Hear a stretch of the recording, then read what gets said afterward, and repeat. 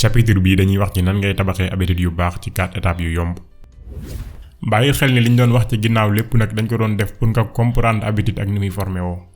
waaye fii lañuy commencer pratiquer dëggantaan ci nan ngay tabaxee habitude bu baax ak nan ngay dindee habitude bu bon. ñoo ngi ci suñ 3e vidéo ci livre bi ñuy wax Un rêve peut tout changer ki ko bind tudd James Clear. gars yi dal leen ak jàmm ci scène bi ñuy ñaan suñu nuyoo fekk leen ci jàmm. ci chapitre bii dañuy wax ci nan ngay tabaxee habitude yu baax ci 4 étapes yu yomb. en 1898 dafa am benn boroom xam-xam bu ñuy wax Edward Thorndike dafa def benn gëstu boo xam ne ci muus la ko def. gëstu boobu dafa dimbali boroom xam-xam yi ci ñu comprendre ni habitude di fonctionner ak règles yi guider suñu comportement. ni mu ko defee mooy dafa jël am muus dugal ko ci benn kees gi ni ñu ko liggéeyee dafa am benn porte bu ñu tëj waaye buum gi tijji porte bi ci biir la féete. muus mi faaw mu xëcc buum gi pour porte bi tijjeeku. bu porte bi tijji ko ci kanamu porte bi am na benn plate bu def lekk. maanaam muus mi saa bu tijjee porte bi day am accès ci lekk gi. bi muy doog a dugal muus mi day gis ni muus mi day tourner ci kees gi yépp pour mën a génn. par hasard mu laal buum gi buntu bi tijjeeku. ñu continuer di répéter expérience bi ay yoon. Edouard boobu mi ngi jàngat comportement muus mi. mu gis ni bi ñu répéter expérience bi ay yoon. muus mi dafa dem ba comprendre relation bi am ci diggante buum gi ak porte bi pour mën a jot ci récompense bi. muy lekk gi ci buntu bi. maanaam muus mi dafa dem ba xam ni day xëcc buum gi porte bi tijjeeku pour mu mën a àgg ci lekk gi. bi ñu baamoo expérience bi ay 20 fois 30 fois. muus mi dafa dem ba miin ko nga xam ni buñ ko dugalee ci kees gi ay secondes lay am mu génn. ci 3 premiers essais yi muus mi day def diggante 1 minute ba 1 minute et demi pour génn kees gi. mais ci 3 essais yu mujj yi muus mi day génn ci diggante 3 ba 6 secondes. nga gis ni muus mi lu muy gën di répéter expérience bi ay erreur am di gën a néew. au lieu muy defaat même erreur yi day jublu directement ci solution bi. bi ñu paree ci étude boobu Edouard dafa bind ni comportement bi nga xam ni dalay jëmee ci résultat yu la neex moom ngay gën a baamu. waaye comportement bi nga xam ni jëmeewu la ci résultat bu la neex lu raar la nga koy baamu. expérience boobu nag moom la ñuy def point de départ pour wax ci nan la habitude di formé woo ci suñu dund. expérience bi dina tax tamit ñu comprendre yenn question yi comme lan mooy ay habitude ak lan moo tax suñu cerveau di tabax habitude yooyu. habitude mooy comportement yi ngay répéter ay yoon ba mu mujj nekk automatique ci yow. processus su tabax habitude nag day commencer ci essayer ak def ay erreur. situation bu bees boo mën di jàmmaar lool ci sa dund. sa cerveau day poser question nan laa war a réagir ci situation bii. première fois bi ngay jànkoonteeg benn problème doo xam carrément nan nga ko war a régler. da ngay mel ni muusu Edouard bi.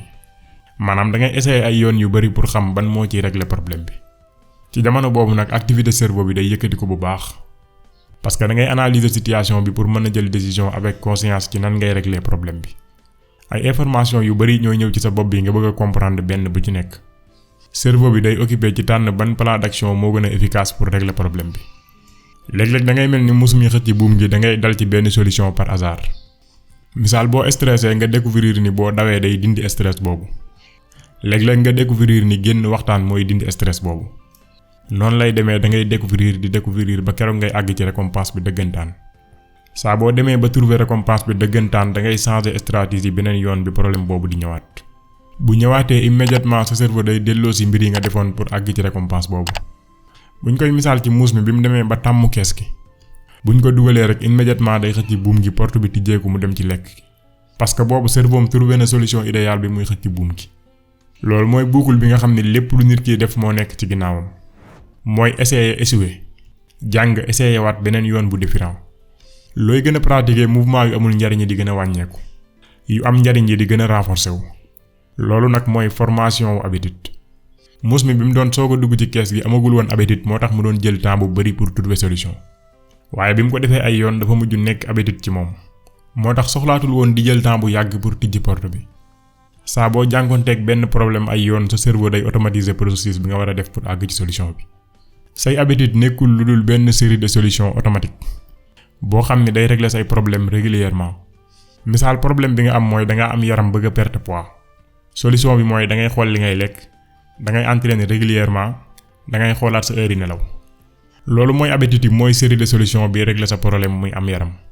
loolu mooy li benn boroom xam-xam doon wax ni. habitude tout simplement mooy solution yi fiable.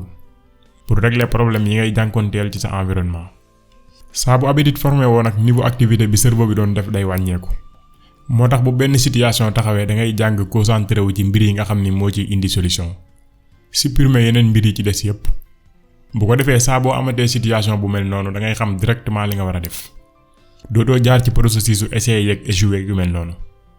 léegi saa boo sentiree stress doo toog di xalaat damaa war a daw yi wala damaa war a génn parce que trouver nga solution bi ba xam ne daw bi moo koy dindi. avant da nga doon soxla def ay effort trouver ay solution léegi nag automatique la. loolu mooy tabax nga habitude. sa xel ci benn mbir rek la mën a concentré wu ci même temps bi moo tax mbir yi mu miin da koy jox subconscient bi bu ko defee moom day concentré wu ci li bees looloo tax ñuy wax ni xel du jàpp ñaar. léegi nag mbir yi muy jox subconscient bi pour mu def ko automatique yooyu ñooy ay habitude. malgré importance bi tabax ay habitude am ñenn ci nit ñi ba tey dañuy douter pour def ko dañ koy layalee mbir yu mel ni damaa bëgg a dund sama dund ni ma ko bëggee def lu ma bëgg a def parce que pour ñoom dangaa war a tànn benn nga tabax ay habitude wala nga am liberté te en réalité ñaar yooyu bu ci nekk day mottali morom mi. nekkul ni tabax ay habitude day tënk sa liberté au contraire da lay créer liberté. ñi nga xam ni fonkuñu ay habitude ñooñu ñooy gën a néew liberté. misaal bu fekkee amoo ay habitude yu baax ci xaalis chaque jour da ngay souffrir ci nooy amee xaalis pour faj soxla bi teew. boo amul habitude bu baax ci wàllu jàng foo toll da ngay sentir ni da ngaa des ginnaaw. tabax habitude yu baax tey dalay may nga dund gi nga bëgg a dund suba. léegi nan la say habitude di fonctionner. processus su tabax habitude mën nañ koo séddale ci ñeenti étape. bi ci njëkk mooy déclencheur bi. deuxième bi mooy envie bi. troisième bi mooy réponse bi. quatrième bi mooy récompense bi. séddale bi ñu ko séddale ci 4 parties dañuy dimbali ci ñu xam dëggantaan lan mooy habitude. ak nu muy doxee ak nan nga koy améliorer. habitude bu mu mën a doon nag ci 4 étapes yooyu lay jaar ci même ordre bi. déclencheur bi mooy njëkk a ñëw envie topp ci. bu envie ñëwee réponse topp ci récompense topp ci. première bi mooy déclencheur bi. déclencheur mooy mbir mi nga xam ni mooy avertir cerveau bi pour mu adopter benn comportement. maanaam déclencheur moo lay informer ni am na récompense bu war a ñëw. bu dee muus mi misaal dugal gi ñu koy dugal ci kees gi mooy déclencheur bi. looloo koy informer ni war naa génn pour lekk palaat bi ci biti. léegi déclencheur boobu nag moo lay motiver ci nga dem ci deuxième étape bi. deuxième étape bi mooy envie bi. loolu mooy force bi làqatu ci bépp habitude booy def. bu envie boobu amul doo am benn raison pour def li ngay def. parce que nekkul habitude bi la ñuy bëgg waaye état bi ñu habitude bi di yóbbu la ñuy bëgg. maanaam muus mi nekkul dafa am envie tijji buntu bi kese. waaye envie bi mu am mooy génn lekk-lekk gi. nekkul yow da nga am envie tux cigarette noonu rek pour tux. waaye envie soulagement bi mu lay indil nga am. nekkul da ngaa motivé wu rek ci brosse say bañ. li lay motivé mooy indi gi mu lay indil bañu set. jëf boo gis nit ki di ko jëf dafa am benn sentiment intérieur bu lëkkaloog moom. envie nag day wuute ci nit ñi. nekkul même déclencheur bi mooy yëngal nit ñëpp. ki tàmm di entraîner 6 heures du matin. kooku saa bu 6 heures du matin jotee déclencheur lay doon ci moom. bu dee ki ko ci tàmm la def kooku heure boobu heure normale lay doon ci moom comme yeneen heure yépp. désir du am benn sens fekk nit ki interpellé bu ko. xalaat yi nit ki di am ak sentiment yeeg émotion yi. loolu mooy soppi désir yóbbu ko ci envie. troisième étape bi mooy réponse. réponse mooy habitude réelle bi ngay def. réponse boobu nag day dépendre ci niveau motivation bi lëkkaloo comportement boobu. bu fekkee benn mbir day laaj effort bu ëpp bi nga pare pour def ko ci bu boobaa doo ko def. réponse bi mooy ginnaaw bi nga amee envie réaction bi ngay am. maanaam da ngay am envie dara jug def ko loolu mooy réponse bi. léegi réaction boobu ngay am nag moo lay yóbbu ci récompense bi. quatrième étape bi mooy récompense bi. récompense mooy objectif final bi ci bépp habitude booy def. déclencheur bi moo lay xibaar ni am na récompense bu war a ñëw. envie bi mooy bëgg-bëgg bi ngay am pour àgg ci récompense bi. réponse bi mooy li ngay def pour àgg ci récompense bi. nga gis ni lépp habitude ci récompense la aju. li tax ñuy topp récompense boobu nag mooy satisfaction bi mu ñu indil. satisfaire bi muy satisfaire suñuy envie. mais satisfaction boobu tamit day am yeneen njariñ ñu làqatu ci ginnaawam. misaal da ngay liggéey ci société góorgóorlu pour am promotion. boo amee promotion boobu da ngay am satisfaction. waaye satisfaction boobu day indaale nit ñi dinañ la gën a respecter. aussi da ngay gagner xaalis bu gën a bari. comportement nag ak bu mu ci mën a doon bu manqué benn ci ñeenti étapes yi du nekk habitude. boo éliminer déclencheur bi habitude bi du sax commencer. boo éliminer envie bi doo am motivation pour def. bu fekkee defoo réponse bi habitude du taxaw. bu fekkee récompense bi satisfaire la doo am benn raison pour répéter ko en l'avenir. bu 3 étapes yi matul benn habitude du am. bu 4 étapes yi matul benn comportement du répété wu bay nekk habitude. 4 étapes bi ñoo lay permettre nga créer habitude yoo xam ne automatique lay doon. cycle boobu la ñuy tuddee la boucle des habitudes muy déclencheur, envie, réponse, récompense.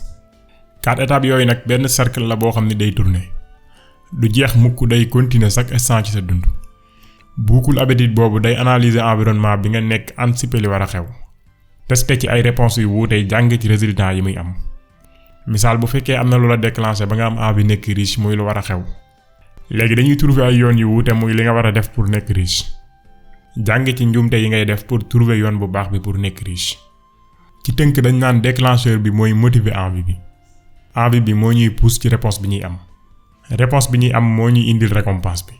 récompense boobu nag mooy satisfaire suñu envie. ñeent yooyu nag ñooy former ci ñun habitude yoo xam ne automatique lay doon. ñu koy tuddee la boucle des habitudes. 4 étapes yooyu nag mën nañ koo séddale ci 2 phases.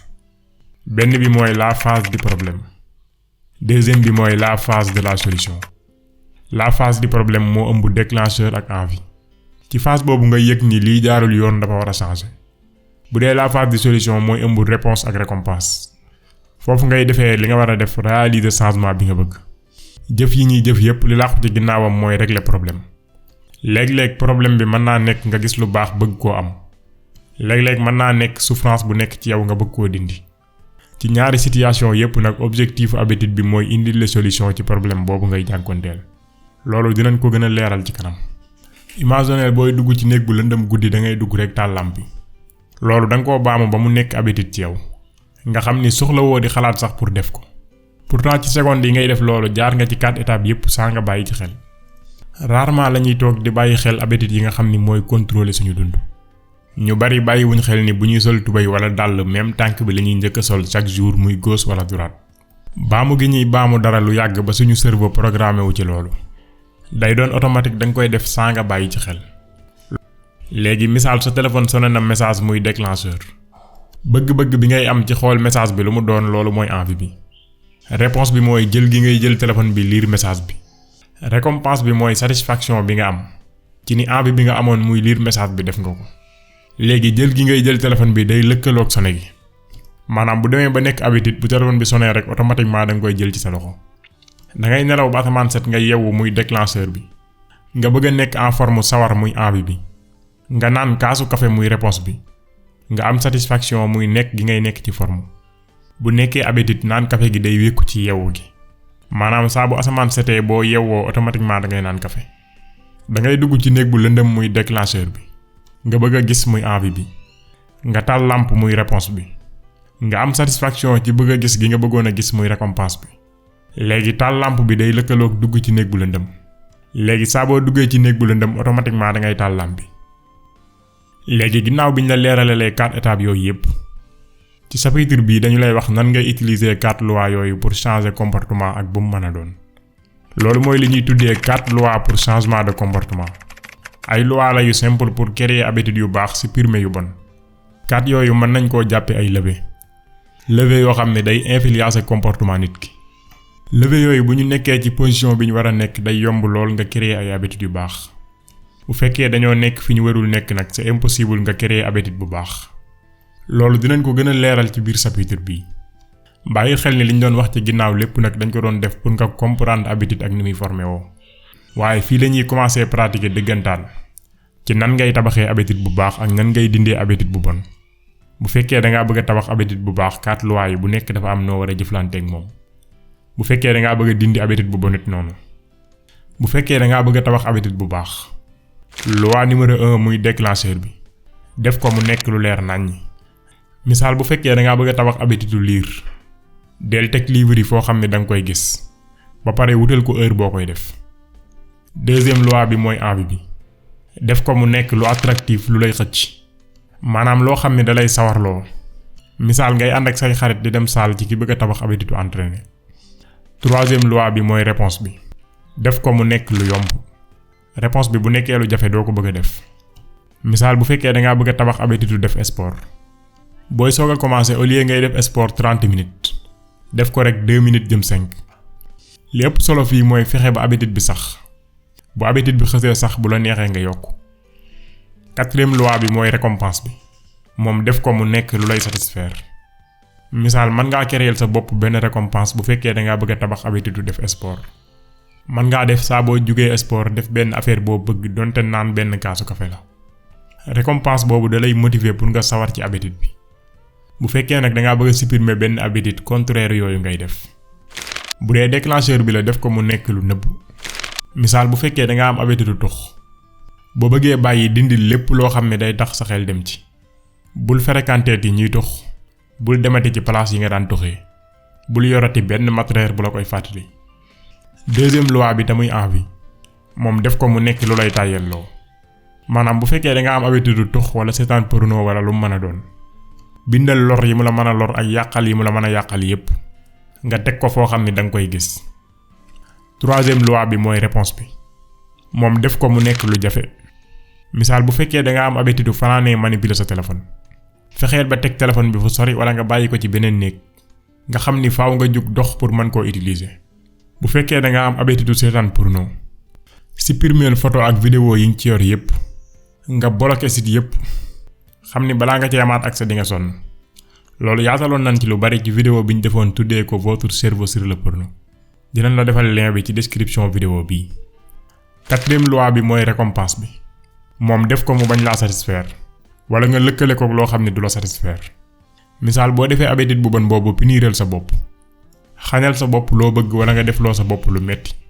misaal boo defee habitude bu bon bi ba pare nga def 100 pompe. kat yi nag dañ koo tënk waaye bu nekk dinañ ci ñëw yaatal ko. loi yi ñu la wax nag ci tabax wala changer habitude valable na ci secteur yépp. moo xam sport la politique la art la médecine la comédie la ak lu mu mën a doon.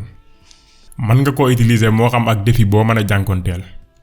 saa boo bëggee tabax habitude yu baax laajal sa bopp question yi. nan laay def ba déclencheur bi nekk lu leer. nan laay def ba sawar ci. nan laay def ba mu nekk lu yomb. nan laay def ba mu nekk lu may satisfaire. boo laajee sa bopp question yu mel ni lan moo tax duma def mbir yi may wax ni dinaa ko def. lan moo tax pertuma poids ba léegi. lan moo tax bàyyiwuma tux. lan moo tax mënumaa épargner dara. lan moo tax may wax ni nangam lu am solo la waaye awma temps pour def ko. boo tontoo question yooyu di nga gis ci sa bopp benn ci ñeenti loi yooyu. pour tabax habitude bu baax wala nga supprimer habitude bu bon faaw nga xam loi yooyu. xamit nan nga koy changer ba mu dëppoo ak yow. objectif bu mën a doon ci échec la jëm bu dëppoowul ak natiiru nit ki. say habitude day formé wu par rapport ak système bi ngay dundee. gars yi tey fii la ñuy yem ak yéen ci vidéo bi. ñu leen di fàttali aussi suñ formation Alibaba bi mi ngi continuer. d'ailleurs ñi njëkkoon a dugg commencé nañ di commander seen bopp. am na ñoo xam ne sax jot nañ seeni première commande. mooy image yi ngeen di gis nii ci vidéo bi. ku bëgg a inscrire mën nga ñu envoyer message ci numéro bii. ñu leen di fàttaliwaat ngeen abonné ci chaîne bi te aimé vidéo bi. boo yaakaaree ni li ñuy def am na njariñ nga partagé ko képp koo yaakaar ni mën na koo jariñ. ba samedi ak jàmm incha allah.